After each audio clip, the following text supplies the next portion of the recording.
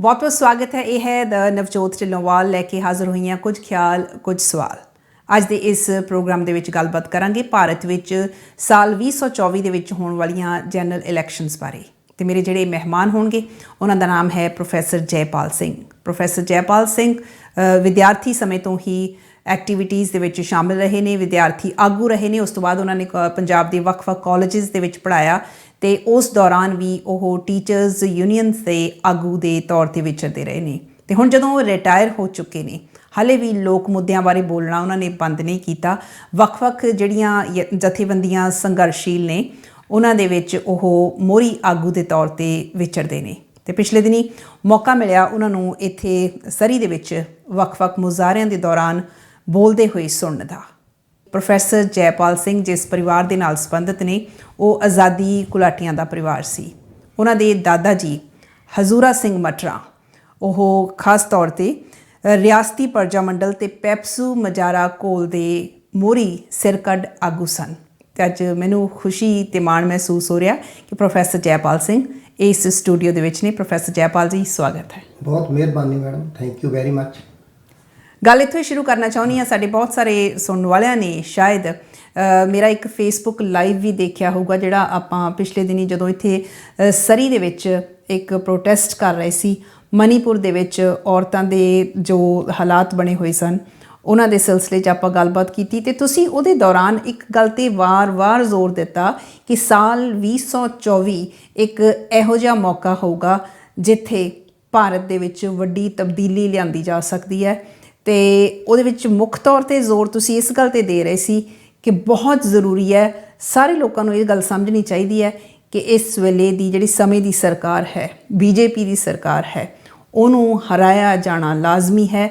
ਉਹਦੇ ਲਈ ਜਿਹੜੀਆਂ ਵੱਖ-ਵੱਖ ਪਾਰਟੀਆਂ ਨੇ ਅਲਾਇੰਸ ਬਣਾਇਆ, ਇੰਡੀਆ ਨਾਂ ਦਾ ਅਲਾਇੰਸ ਬਣਾਇਆ, ਉਸ ਅਲਾਇੰਸ ਨੂੰ ਹੋਰ ਜ਼ਿਆਦਾ ਮਜ਼ਬੂਤ ਕਰਨ ਦੀ ਜ਼ਰੂਰਤ ਹੈ। ਸੋ ਮੈਂ ਪਹਿਲਾ ਸਵਾਲ ਹੀ ਤੁਹਾਨੂੰ ਇਹ ਕਰਨਾ ਚਾਹੁੰਦੀ ਹਾਂ ਕਿ ਕਈ ਵਾਰ ਸਾਨੂੰ ਇਹ ਹੁੰਦਾ ਕਿ ਅਸੀਂ ਜਦੋਂ ਕੋਈ ਨਵੀਂ ਚੀਜ਼ ਆਉਂਦੀ ਹੈ, ਕੋਈ ਨਵੀਂ ਜਥੇਬੰਦੀ ਆਉਂਦੀ ਹੈ, ਨਵੀਂ ਪਾਰਟੀ ਆਉਂਦੀ ਹੈ, ਸਾਡੇ ਲਈ ਆਸਾਂ ਬਹੁਤ ਜ਼ਿਆਦਾ ਹੋ ਜਾਂਦੀਆਂ। ਇਸ ਨਵੀਂ ਅਲਾਇੰਸ ਜਿਹੜੀ ਇੰਡੀਆ ਅਲਾਇੰਸ ਆ ਇਹਦੇ ਵਿੱਚ ਤੁਸੀਂ ਕੀ ਚੰਗਾ ਦੇਖ ਰਹੇ ਹੋ?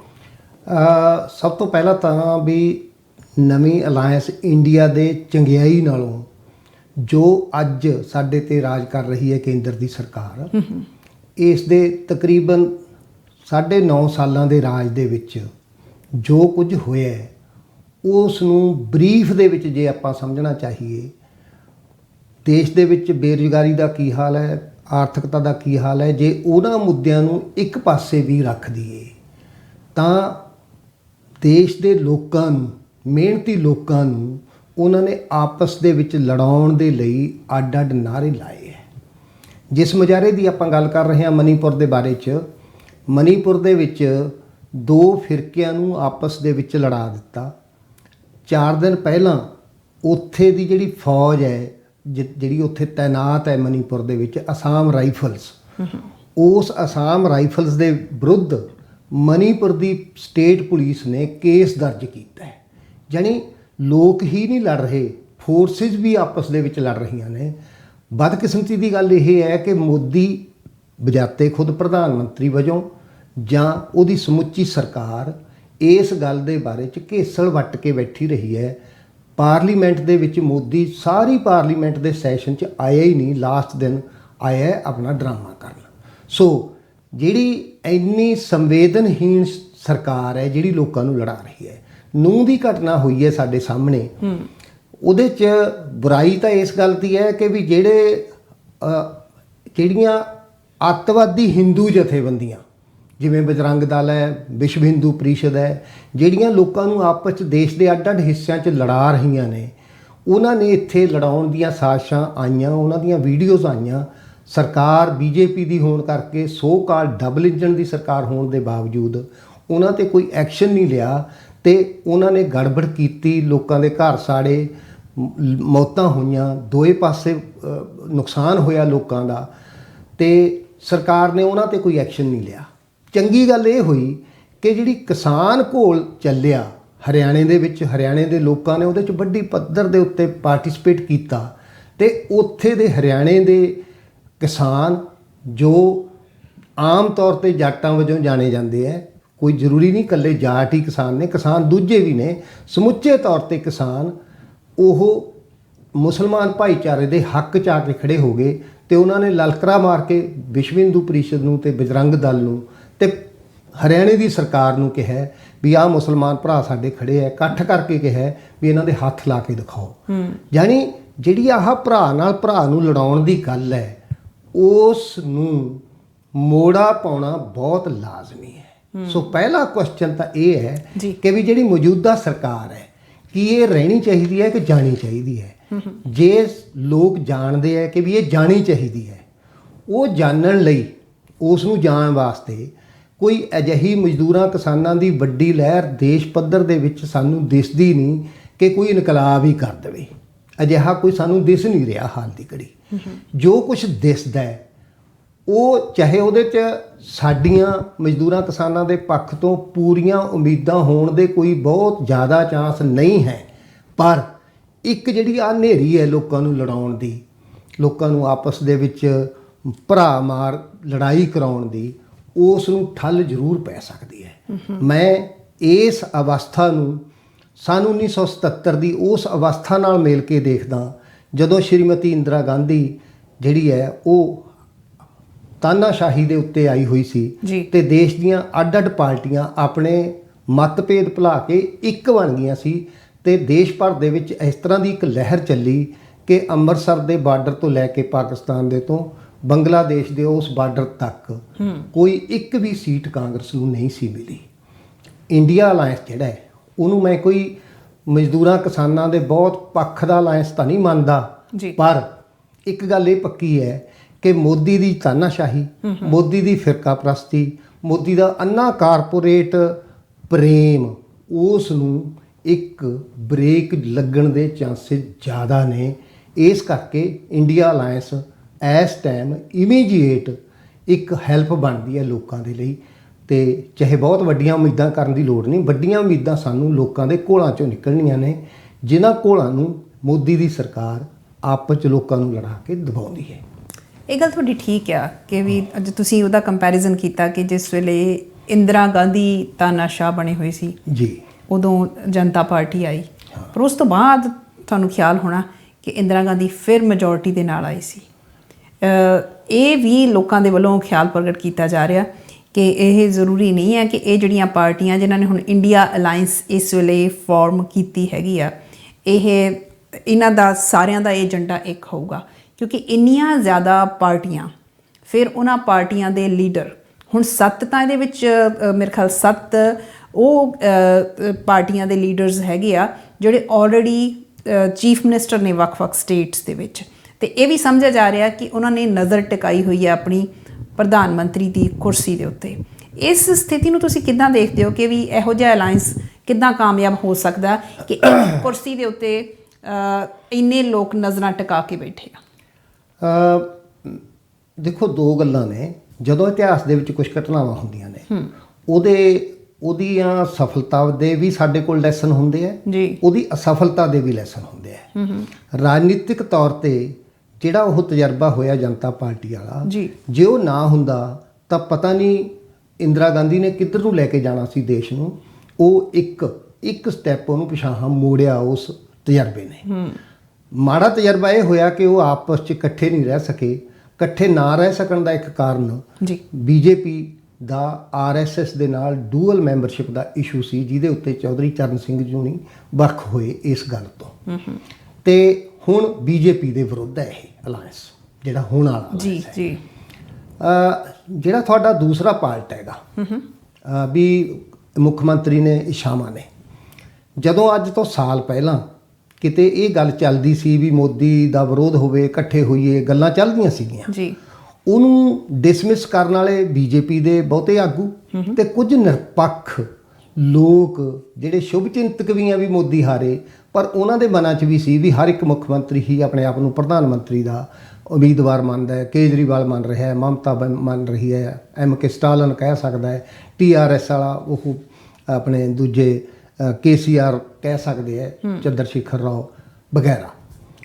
ਪਰ ਇੱਕ ਜਿਹੜੀ ਘਟਨਾ, ਚੰਗੀ ਘਟਨਾ ਹੋਈ ਸਮਝ ਲਓ, ਵੀ ਜਿਹੜਾ ਰਾਹੁਲ ਗਾਂਧੀ ਵੱਲੋਂ ਇੱਕ ਭਾਰਤ ਜੋੜੋ ਯਾਤਰਾ ਸ਼ੁਰੂ ਕੀਤੀ ਗਈ, ਜਿਹਦੇ ਵਿੱਚ ਲੋਕਾਂ ਦੀ ਏਕਤਾ ਨੂੰ ਪ੍ਰਮੁੱਖਤਾ ਨਾਲ ਉਭਾਰਿਆ ਗਿਆ, ਜਿਹੜੀ ਕਿ ਤੋੜੀ ਜਾ ਰਹੀ ਹੈ RSS ਵੱਲੋਂ।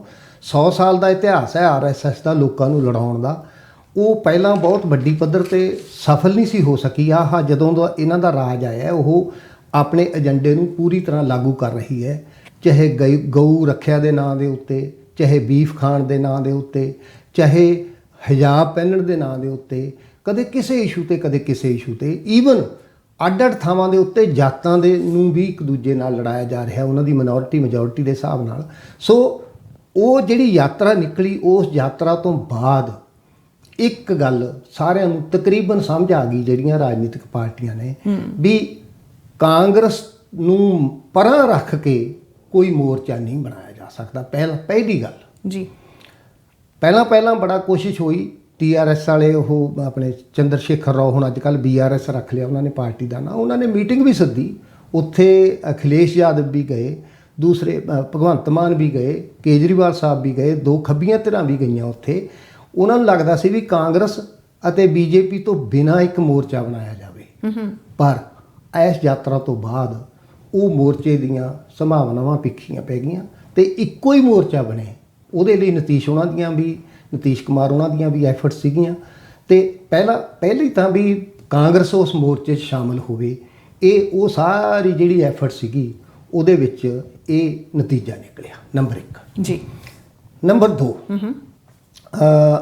ਮੈਂ ਮਹਿਸੂਸ ਇਹ ਕਰਦਾ ਵੀ ਜਦੋਂ ਇਸ ਤਰ੍ਹਾਂ ਦੇ ਦੇਸ਼ ਪੱਧਰ ਦੇ ਉੱਤੇ ਕੋਈ ਬਦਲ ਆਉਂਦੇ ਹੈ, ਮੈਨੂੰ ਨਿੱਜੀ ਤੌਰ ਤੇ ਲੱਗਦਾ ਹੈ ਵੀ ਸਾਨੂੰ ਨੇਤਾ ਬਦਲਣ ਨਾਲੋਂ ਨੀਤੀ ਬਦਲਣ ਦੀ ਜ਼ਿਆਦਾ ਲੋੜ ਹੁੰਦੀ ਹੈ। ਇਸ ਟਾਈਮ ਕੋਈ ਨੀਤੀ, ਇਹ ਤਾਂ ਨਹੀਂ ਵੀ ਐਂਟੀ ਕਾਰਪੋਰੇਟ ਨੀਤੀ ਆ ਰਹੀ ਹੈ, ਕੋਈ ਮਜ਼ਦੂਰਾਂ ਕਿਸਾਨਾਂ ਦੇ ਪੱਖ ਦੀ ਨੀਤੀ ਆ ਰਹੀ ਹੈ। ਇੱਕ ਤਾਂ ਵੀ ਫੈਡਰਲਿਜ਼ਮ ਦਾ ਮੁੱਦਾ ਉੱਭਰ ਰਿਹਾ ਜੀ। ਜਿਹੜੀਆਂ ਅੱਡ-ਅੱਡ ਰਾਜਨੀਤਿਕ ਪਾਰਟੀਆਂ ਅੱਡ-ਅੱਡ ਸੂਬਿਆਂ 'ਚ ਰਾਜ ਕਰਦੀਆਂ ਨੇ, ਉਹਨਾਂ ਦੇ ਆਪਣੇ ਹਿੱਤ ਮੰਗ ਕਰਦੇ ਹੈ ਕਿ ਦੇਸ਼ ਦਾ ਜਿਹੜਾ ਫੈਡਰਲ ਢਾਂਚਾ ਹੈ, ਜਿਹਨੂੰ ਖੋਰਾ ਲੱਗ ਰਿਹਾ ਹੈ, ਕਿਸੇ ਟਾਈਮ 'ਚ ਕਾਂਗਰਸ ਵੀ ਲਾਉਂਦੀ ਰਹੀ ਹੈ, ਉਹ ਜਿਹੜਾ ਖੋਰਾ ਡਟ ਕੇ ਲੱਗ ਰਿਹਾ, ਰਾਜਾਂ ਦੇ ਅਧਿਕਾਰ ਬਿਲਕੁਲ ਖੋਹੇ ਜਾ ਰਹੇ ਹੈ। ਇਹ ਮੋਰਚਾ ਆਪਣੇ ਆਪ 'ਚ, ਇੰਡੀਆ ਨਾਂ ਦਾ ਜਿਹੜਾ ਮੋਰਚਾ ਹੈ, ਆਪਣੇ ਆਪ 'ਚ ਇੱਕ ਫੈਡਰਲ ਮੋਰਚਾ ਹੈ, ਆਪਣੇ ਆਪ 'ਚ, ਜਿਹੜਾ ਕਿ ਮੈਂ ਮਹਿਸੂਸ ਕਰਦਾ ਵੀ ਇੱਕ ਚੰਗਾ ਸ਼ਗਨ ਹੈ। ਦੂਜਾ ਇਹ ਹੈ ਵੀ ਇਹਦੇ 'ਚ ਜਿਹੜੀਆਂ ਰੀਜਨਲ ਐਸਪੀਰੇਸ਼ਨਸ ਹੈ ਲੋਕਾਂ ਦੀਆਂ, ਉਹ ਵੀ ਉੱਭਰ ਕੇ ਸਾਹਮਣੇ ਆਉਣਗੀਆਂ। ਤੀਜਾ ਇਹ ਹੈ ਕਿ ਜਦੋਂ ਇਹ ਮੋਰਚਾ, ਇਹਦੇ 'ਚ ਚਾਹੇ ਨੇਤਾ ਹਾਲੇ ਉਹਨਾਂ ਨੇ ਕੋਈ ਅਨਾਉਂਸ ਨਹੀਂ ਕੀਤਾ ਤੇ ਨਾ ਉਮੀਦ ਹੈ ਵੀ ਛੇਤੀ ਕਰਨ ਜੀ, ਪਰ ਨੇਤਾ ਦਾ ਇਸ਼ੂ ਆਪਣੇ ਆਪ 'ਚ ਵੀ ਕੀ ਗੱਲਾਂ ਦੇ ਉੱਤੇ ਅਸੀਂ ਮੋਦੀ ਨੂੰ ਹਰਾਉਣਾ ਹੈ, ਅਸੀਂ ਕੀ ਕਰਾਂਗੇ, ਉਹ ਜਿਹੜੇ ਆਲਟਰਨੇਟਿਵ ਕੋਈ ਪ੍ਰੋਗਰਾਮ ਹੈ, ਉਹ ਆਲਟਰਨੇਟਿਵ ਪ੍ਰੋਗਰਾਮ ਜਿਹੜਾ ਹੈ ਪ੍ਰਾਇਮਰੀ ਹੋਊਗਾ। ਤੇ ਜਦੋਂ ਪ੍ਰੋਗਰਾਮ ਜਿੱਤਦਾ ਹੈ ਤਾਂ ਲੋਕ ਜਿੱਤਦੇ ਹੈ, ਜਦੋਂ ਵਿਅਕਤੀ ਕੋਈ ਜਿੱਤਦਾ ਹੈ ਤਾਂ ਲੋਕ ਹਾਰਦੇ ਹੈ। ਡੈਮੋਕ੍ਰੇਸੀ ਕਿਸੇ ਇੱਕ ਵਿਅਕਤੀ ਦਾ ਜਿਹੜੀ ਕਲਟ ਹੈ ਉਹਨੂੰ ਉਭਾਰਨ ਦਾ ਨਾਂ ਨਹੀਂ। ਕਿਸੇ ਵਿਅਕਤੀ ਦਾ ਕਲਟ ਉੱਭਰਨਾ ਡੈਮੋਕ੍ਰੇਸੀ ਦਾ ਆਪਣੇ ਆਪ 'ਚ ਨਿਗੇਸ਼ਨ ਹੈ, ਨਖੇਧ ਹੈ। ਸੋ ਤੁਸੀਂ ਇੱਕ ਆਪਾਂ ਦੇਖੀਏ ਵੀ 2004 ਦੀ ਇਲੈਕਸ਼ਨ ਹੁੰਦੀ ਹੈ ਜੀ। ਅਟਲ ਬਿਹਾਰੀ ਵਾਜਪਾਈ ਸਾਹਿਬ ਬਹੁਤ ਵੱਡੀ ਪੱਧਰ ਤੇ ਪ੍ਰਵਾਨਿਤ ਆਗੂ ਸੀ।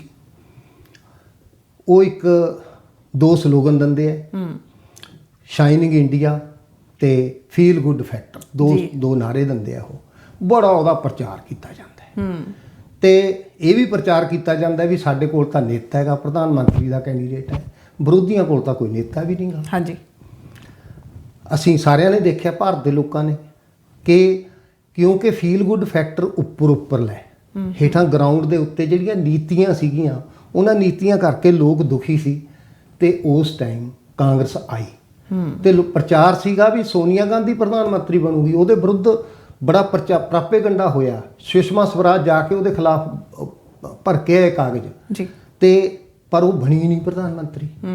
ਡਾਕਟਰ ਮਨਮੋਹਨ ਸਿੰਘ ਨੂੰ ਪ੍ਰਧਾਨ ਮੰਤਰੀ ਬਣਾਤਾ ਬਾਅਦ 'ਚ। ਯਾਨੀ ਮਤਲਬ ਨੇਤਾ ਨਾਲੋਂ ਨੀਤੀ ਜਿਹੜੀ ਹੈ ਉਹ ਜ਼ਿਆਦਾ ਇੰਪੋਰਟੈਂਟ ਹੈ।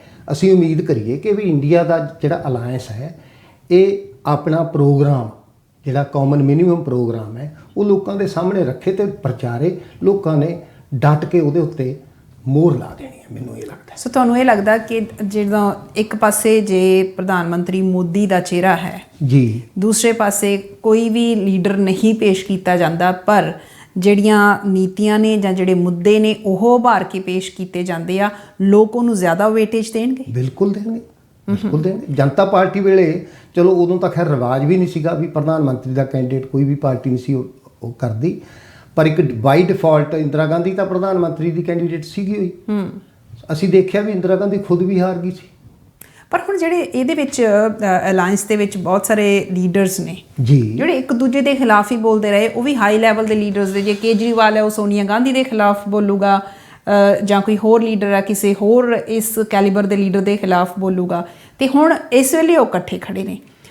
ਲੋਕ ਜਿਹੜੇ ਆ ਭਾਰਤ ਦੇ ਵਿੱਚ ਹਮੇਸ਼ਾ ਇਹੀ ਚੀਜ਼ ਰਹੀ ਹੈ ਕਿ ਸਾਨੂੰ ਨੇਤਾਵਾਂ ਦੇ ਉੱਤੇ, ਉਹਨਾਂ ਦੇ ਬਿਆਨਾਂ ਦੇ ਉੱਤੇ ਭਰੋਸਾ ਨਹੀਂ ਹੈ।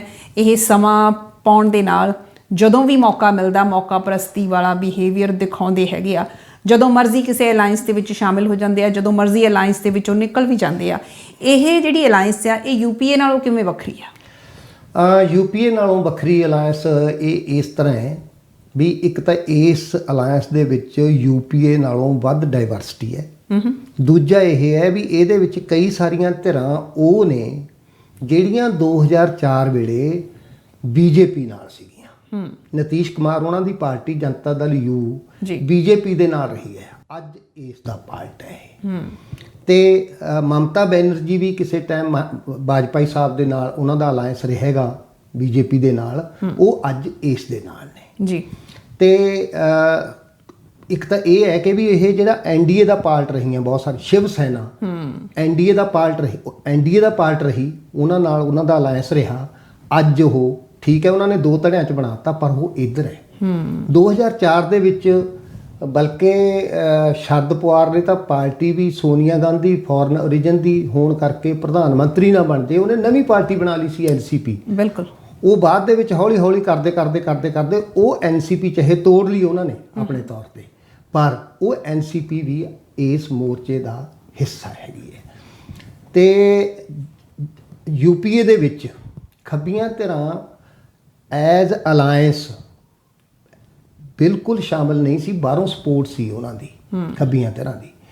ਅੱਜ ਖੱਬੀਆਂ ਧਿਰਾਂ ਦੀਆਂ 5 ਪਾਰਟੀਆਂ ਇਸ 26 ਮੈਂਬਰੀ ਪਾਰਟੀਆਂ ਦੇ ਅਲਾਇੰਸ ਦਾ ਹਿੱਸਾ ਨੇ। ਸੋ ਇਸ ਕਰਕੇ ਇੱਕ ਤਾਂ ਇਹ ਮਤਲਬ ਬੇਸਿਕਲੀ ਇਹ ਡਿਫਰੈਂਸ ਹੈਗਾ।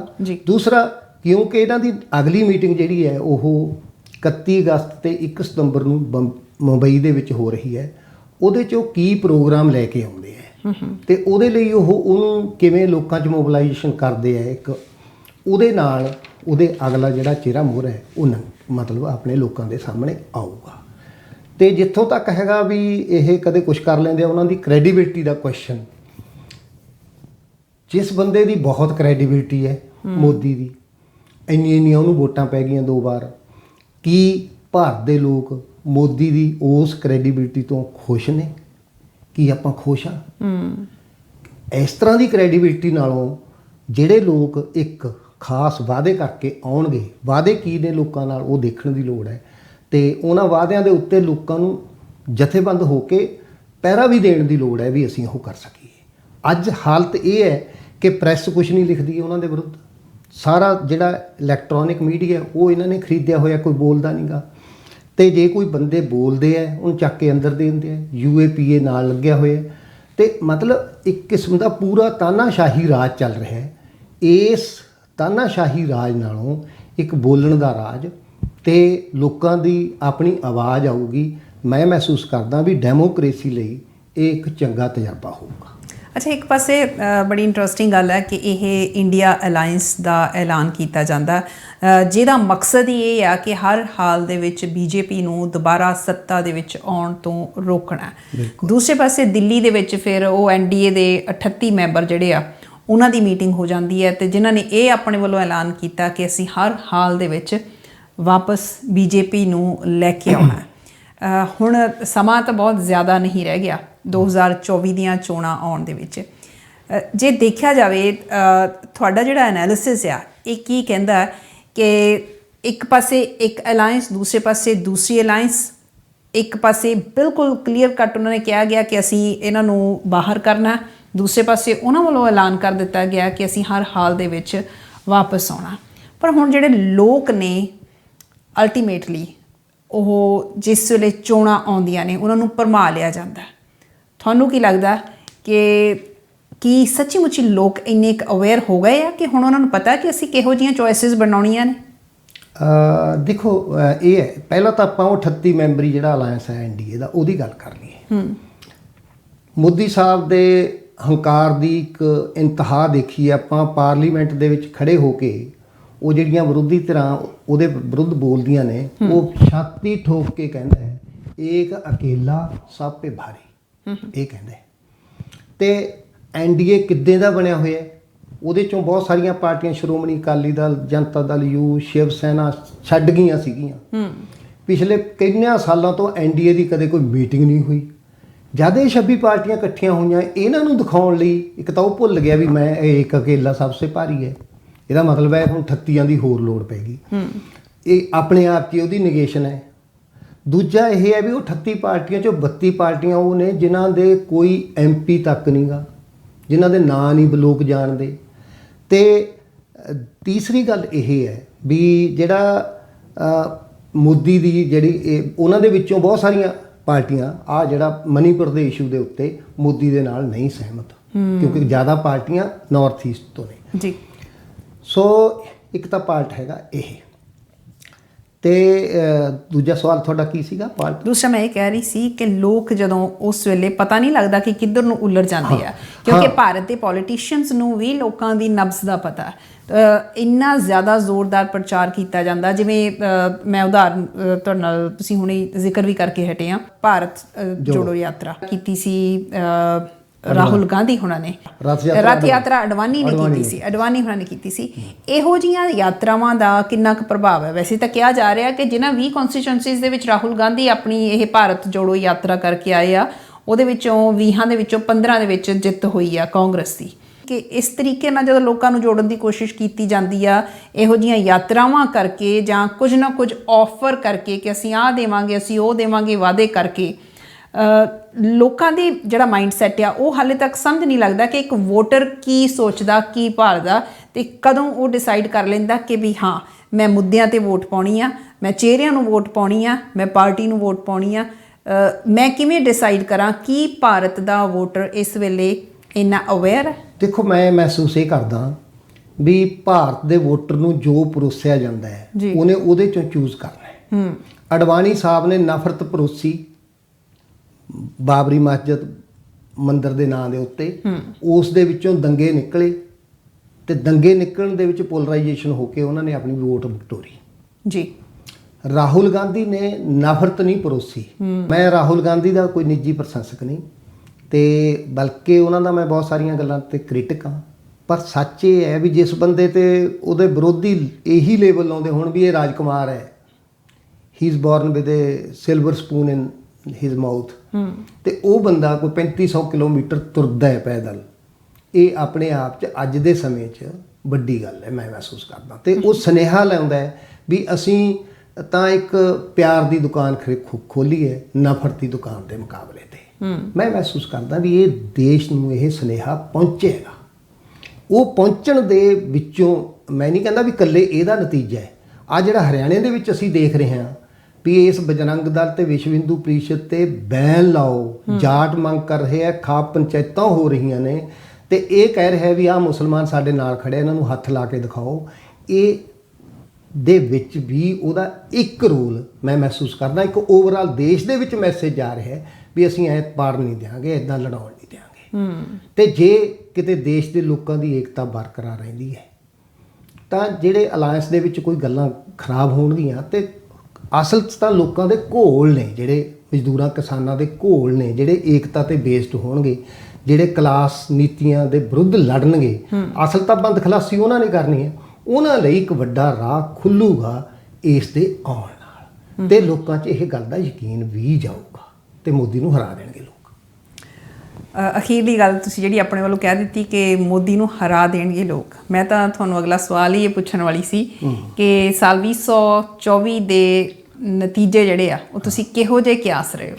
ਦੇਖੋ ਅਸੀਂ ਬਸ ਕਿਉਂਕਿ ਉਹਨਾਂ ਨੇ 2019 ਚ ਬਾਲਾਕੋਟ ਦਾ ਇੱਕ ਲਾਹਾ ਲਿਆ ਵੱਡੀ ਪੱਧਰ ਤੇ, ਉਹਦੀ ਫੂਕ ਕਿੰਨੇ ਲੋਕਾਂ ਨੇ ਕੱਢਤੀ, ਖਾਸ ਤੌਰ ਤੇ ਸਤਪਾਲ ਮਲਕ ਦੀ ਵੀ ਮੈਂ ਜਿਹੜੀ ਜੰਮੂ ਕਸ਼ਮੀਰ ਦੇ ਵਿੱਚ ਉਹਨੇ ਧਾਰਾ ਤੋੜਨ ਦੇ ਵਿੱਚ ਇੱਕ ਟੂਲ ਬਣਿਆ, ਉਹਦੇ ਨਾਲ ਮੈਂ ਸਹਿਮਤ ਨਹੀਂ। ਪਰ ਆ ਜੋ ਕੁਝ ਉਹ ਕਿਸਾਨ ਘੋਲ ਵੇਲੇ ਤੋਂ ਲੱਗਿਆ ਹੋਇਆ ਹੈ, ਉਹਨੇ ਇਹਨੂੰ ਨੰਗਿਆ ਕੀਤਾ ਹੈ, ਮੋਦੀ ਨੂੰ ਨਿੱਜੀ ਤੌਰ ਤੇ ਨੰਗਿਆ ਕੀਤਾ ਹੈ।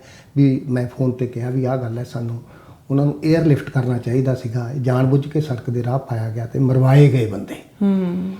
ਤੇ ਹੁਣ ਫਿਰ ਆ ਚੱਲਿਆ ਸੀ ਇਹਦੇ 'ਚ ਬਰੇਲੀ ਦੇ ਵਿੱਚ ਐਸਪੀ ਨੇ ਰੋਕਤੇ ਉਹ ਜਿਹੜੇ ਕਾਮੜੀਏ ਸੀ, ਜਿਹੜੇ ਮੁਸਲਮਾਨ ਏਰੀਏ 'ਚੋਂ ਜਾ ਕੇ ਦੰਗੇ ਕਰਾਉਣੇ ਚਾਹੁੰਦੇ ਸੀ, ਇੱਥੇ ਹੋ ਗਏ।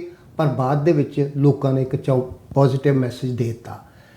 ਤੀਜਾ ਕੋਈ ਹੋਰ ਇਸ ਕਿਸਮ ਦਾ ਮੁੱਦਾ ਉਹ ਛੇੜ ਸਕਦੇ ਹੈ, ਤੇ ਜੇ ਲੋਕਾਂ ਨੂੰ ਅਵੇਅਰ ਕਰਦੇ ਆ, ਵੱਡੀ ਆਵਾਜ਼ ਆਉਂਦੀ ਹੈ। ਇੱਕ ਬੰਗਾਲ ਦੀ ਮੁੱਖ ਮੰਤਰੀ ਉਹ ਆਵਾਜ਼ ਦਿੰਦੀ ਹੈ, ਯੂਪੀ ਦੇ ਵਿੱਚੋਂ ਆਵਾਜ਼ ਆਉਂਦੀ ਹੈ, ਮੱਧ ਪ੍ਰਦੇਸ਼ ਦੇ ਵਿੱਚੋਂ ਆਵਾਜ਼ ਆਉਂਦੀ ਹੈ, ਸਾਊਥ ਦੇ ਵਿੱਚੋਂ ਆਵਾਜ਼ ਆਉਂਦੀ ਹੈ, ਪੰਜਾਬ ਦੇ ਵਿੱਚੋਂ ਆਵਾਜ਼ ਉੱਠਦੀ ਹੈ ਵੀ ਨਹੀਂ, ਅਸੀਂ ਲੋਕਾਂ ਨੂੰ ਨਹੀਂ ਲੜਨ ਦੇਣਾ। ਮੈਂ ਸਮਝਦਾ ਵੀ ਉਹ ਇੱਕ ਮਹਾ ਆਵਾਜ਼ ਹੋਊਗੀ। ਉਸ ਆਵਾਜ਼ ਦੇ ਵਿੱਚ ਇਹ ਜਿਹੜੀ ਹੈ ਅਗਨੀ ਫੈਲਾਉਣ ਵਾਲੇ ਖੁਦ ਉਸ ਅਗਨੀ 'ਚ ਭਸਮ ਹੋ ਜਾਣਗੇ। ਇੱਕ ਸਵਾਲ ਤੁਹਾਨੂੰ ਹੋਰ ਜ਼ਰੂਰ ਮੈਂ ਜਾਂਦੇ ਜਾਂਦੇ ਪੁੱਛਣਾ ਚਾਹੂੰਗੀ। ਬਾਹਰ ਬੈਠੇ ਪੰਜਾਬੀ ਲੋਕ ਜਾਂ ਕਹੋ ਕਿ NRIs ਜਿਨ੍ਹਾਂ ਨੂੰ ਇੰਡੀਆ ਦੇ ਵਿੱਚ ਕਿਹਾ ਜਾਂਦਾ ਹੈ, ਮੈਂ ਤਾਂ ਖਾਸ ਕਰਕੇ ਜ਼ਿਆਦਾ ਵੱਡੀ ਗਿਣਤੀ ਦੇ ਵਿੱਚ ਕਿਉਂਕਿ ਪੰਜਾਬੀ ਹੈ, ਉਹ ਪੰਜਾਬ ਦੀਆਂ ਚੋਣਾਂ ਦੇ ਵਿੱਚ ਤਾਂ ਬਹੁਤ ਵੱਡੀ ਭੂਮਿਕਾ ਨਿਭਾਉਂਦੇ ਆ, ਆਪਾਂ ਦੇਖਦੇ ਆਏ ਹਾਂ। ਜਿਹੜੀਆਂ 2024 ਦੀਆਂ ਜਨਰਲ ਇਲੈਕਸ਼ਨਸ ਹੋਣੀਆਂ, ਤੁਹਾਨੂੰ ਲੱਗਦਾ ਕਿ ਬਾਹਰ ਬੈਠੇ ਲੋਕ ਵੀ ਕਿਸੇ ਤਰ੍ਹਾਂ ਦਾ ਕੋਈ ਇੰਪੈਕਟ ਪਾ ਸਕਦੇ ਉਹਨਾਂ 'ਤੇ, ਜੇ ਉੱਥੋਂ ਬੈਠੇ ਲੋਕ, ਜਿਹੜੇ ਇੰਡੀਆ ਦੇ ਵਿੱਚ ਬੈਠੇ ਲੋਕ ਚਾਹੁਣ ਕਿ NRIs ਕੁਝ ਵਾਕਈ ਭਾਰਤ ਦਾ ਕੁਝ ਸੋਚਣਾ ਚਾਹੁੰਦੇ ਆ ਤਾਂ ਕੁਝ ਇਸ ਕਦਰ ਹੈਲਪ ਕਰਨ? ਤੁਹਾਨੂੰ ਕੀ ਲੱਗਦਾ ਕਿ ਜਨਰਲ ਇਲੈਕਸ਼ਨ ਦੇ ਵਿੱਚ ਵੀ ਬਾਹਰ ਬੈਠੇ ਪੰਜਾਬੀਆਂ ਦਾ ਖਾਸ ਕਰਕੇ ਕੋਈ ਇੰਪੈਕਟ ਹੋਊਗਾ, ਉੱਥੇ ਰੋਲ ਹੋਊਗਾ? ਜੇ ਪਲੇ ਕਰ ਸਕਦੇ ਆ, ਚੰਗਾ ਰੋਲ ਕਿਹੋ ਜਿਹਾ ਪਲੇ ਕਰ ਸਕਦੇ ਆ? ਮੈਂ ਮਹਿਸੂਸ ਕਰਦਾ ਵੀ NRIs ਨੂੰ ਚਾਹੇ ਭੁਲੇਖਾ ਹੋ ਸਕਦਾ ਜਾਂ ਕੁਝ ਹੋ ਸਕਦਾ, ਉਹ ਪਿਛਲੇ ਸਮੇਂ 'ਚ ਬੜਾ ਅੱਛਾ ਰੋਲ ਅਦਾ ਕਰਦੇ ਰਹੇ। ਅੱਛਾ, ਠੀਕ ਹੈ ਵੀ ਜਿਨ੍ਹਾਂ ਨੂੰ ਉਹ ਚੁਣਦੇ ਰਹੇ ਜਾਂ ਜਿਨ੍ਹਾਂ ਦੀ ਸਪੋਰਟ ਕਰਦੇ ਰਹੇ, ਉਹ ਉਹਨਾਂ ਦੀਆਂ ਇਸ਼ਾਵਾਂ ਤੇ ਪੂਰੇ ਨਹੀਂ ਉਤਰੇ।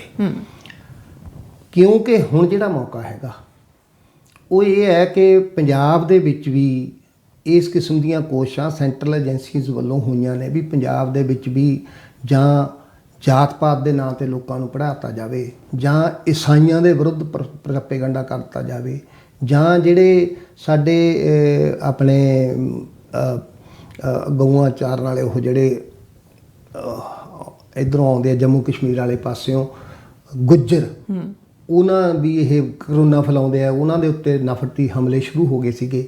ਇਸ ਕਿਸਮ ਦਾ ਜਾਣੀ ਪੰਜਾਬ ਦੇ ਮਾਹੌਲ ਨੂੰ ਖਰਾਬ ਕਰਨ ਲਈ ਚਾਹੇ ਕਿਸੇ ਨੂੰ ਬਾਹਰੋਂ ਲਿਆ ਕੇ ਉੱਥੇ ਪਲਾਂਟ ਕਰ ਦੇਣਾ, ਇਹ ਏਜੰਸੀਆਂ ਦੇ ਕੰਮ ਰਹੇ ਹੈ। ਪੰਜਾਬੀ ਲੋਕਾਂ ਨੇ ਸਮੁੱਚੇ ਤੌਰ 'ਤੇ, ਕੋਈ ਟਾਵੇਂ ਬੱਚੇ ਹੋ ਸਕਦੇ ਆ ਚਾਰ ਨਾਲ, ਸਮੁੱਚੇ ਤੌਰ 'ਤੇ ਇਹਨਾਂ ਗੱਲਾਂ ਦਾ ਵਿਰੋਧ ਕੀਤਾ ਹੈਗਾ, ਤੇ ਉਹਦੇ 'ਚ ਸਾਡੇ NRI ਭਰਾਵਾਂ ਦਾ ਵੀ ਪੋਜ਼ਿਟਿਵ ਰੋਲ ਰਿਹਾ ਹੈ।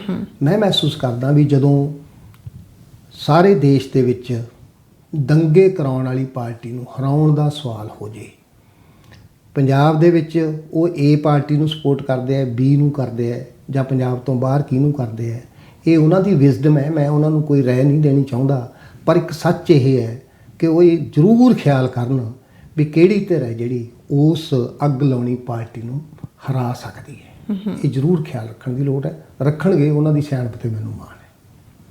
ਪ੍ਰੋਫੈਸਰ ਜੈਪਾਲ, ਬੜੀਆਂ ਡੂੰਘੀਆਂ ਗੱਲਾਂ ਤੁਸੀਂ ਕੀਤੀਆਂ, ਬੜੀਆਂ ਜਾਣਕਾਰੀ ਭਰਪੂਰ ਗੱਲਾਂ ਸਨ, ਚਾਹੇ ਉਹ ਭਾਰਤ ਦੇ ਲੋਕਾਂ ਲਈ ਤੁਸੀਂ ਕੀਤੀਆਂ ਜਾਂ ਬਾਹਰ ਬੈਠੇ ਜਿੰਨੇ ਵੀ ਭਾਰਤੀ ਓਰੀਜਨ ਦੇ ਲੋਕ ਨੇ ਉਹਨਾਂ ਦੇ ਲਈ ਇਹ ਗੱਲਬਾਤ ਕੀਤੀ ਆ। ਮੈਂ ਉਮੀਦ ਕਰਦੀ ਹਾਂ ਕਿ ਜਿਹੜੇ ਵਾਕਈ ਪ੍ਰੋਗਰੈਸਿਵ ਇੰਡੀਆ ਦੇਖਣਾ ਚਾਹੁੰਦੇ ਆ, ਅਗਾਂਹਵਧੂ ਇੰਡੀਆ ਦੇਖਣਾ ਚਾਹੁੰਦੇ ਆ, ਕੁਝ ਇਹਨਾਂ ਅੱਜ ਕੀਤੀਆਂ ਗਈਆਂ ਗੱਲਾਂ ਦੇ ਉੱਤੇ ਜ਼ਰੂਰ ਵਿਚਾਰ ਕਰਨਗੇ, ਚਾਹੇ ਉਹ ਲੋਕ ਭਾਰਤ ਦੇ ਵਿੱਚ ਬੈਠੇ ਨੇ ਜਾਂ ਉਹ ਭਾਰਤ ਤੋਂ ਬਾਹਰ ਬੈਠੇ ਨੇ। ਤੁਹਾਡਾ ਬਹੁਤ ਬਹੁਤ ਸ਼ੁਕਰੀਆ। ਬਹੁਤ ਬਹੁਤ ਮਿਹਰਬਾਨੀ, ਥੈਂਕ ਯੂ। ਦੋਸਤੋ, ਜੇ ਗੱਲਬਾਤ ਤੁਹਾਨੂੰ ਪਸੰਦ ਆਈ ਹੈ, ਇਸ ਗੱਲਬਾਤ ਨੂੰ ਸ਼ੇਅਰ ਜ਼ਰੂਰ ਕਰਿਓ ਅਤੇ ਇਸ ਚੈਨਲ ਨੂੰ ਸਬਸਕ੍ਰਾਈਬ ਕਰਨਾ ਨਾ ਭੁੱਲਿਓ। ਤੁਹਾਡਾ ਅੱਜ ਦਾ ਇਹ ਪ੍ਰੋਗਰਾਮ ਸੁਣਨ ਦੇ ਲਈ ਬਹੁਤ ਬਹੁਤ ਧੰਨਵਾਦ।